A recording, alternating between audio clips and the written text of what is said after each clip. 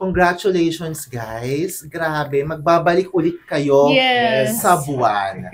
Bilang mga taong teatro at ginawa na ito ng ilang beses, ano pa rin pakiramdam whenever may announcement na magbabalik nga kayo sa buwan? Ako lagi ako nabibitin when we do the runs. Kasi every time we do Mula sa Buwan, it's always under 20 shows. 'Di ba?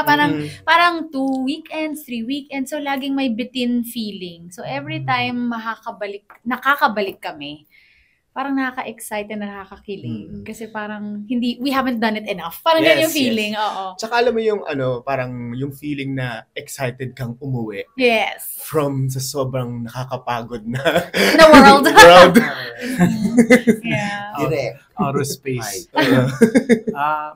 Bilang isang theater person na nasanay sa 200 plus shows, na sobrang tinitreasure kong every Mula sa Buwan show. Yeah. Para maka 500 shows kami. Ito ba, how long will the latest restaging?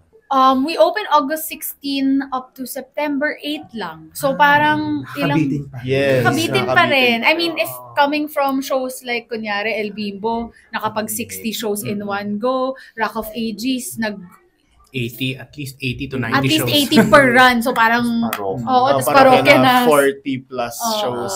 Nakakabitin pa rin yung Pero Mula that sa Buwan. makes it more exciting. No? Yung Yes. bitin na yun. Yes. For the stars and for the audience as well. Yeah. Diba?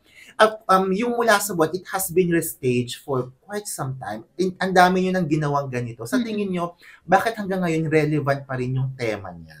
Every time na pinapalabas nyo siya at every time na tinatangkilik siya ng publiko.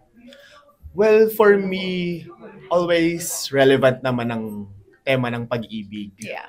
Pag-ibig sa kapwa, pag-ibig sa kaibigan, pag-ibig Sa bayan. pag-ibig sa sarili. Yeah. Parang lahat ng tao naman makaka-relate dun sa bagay na yun.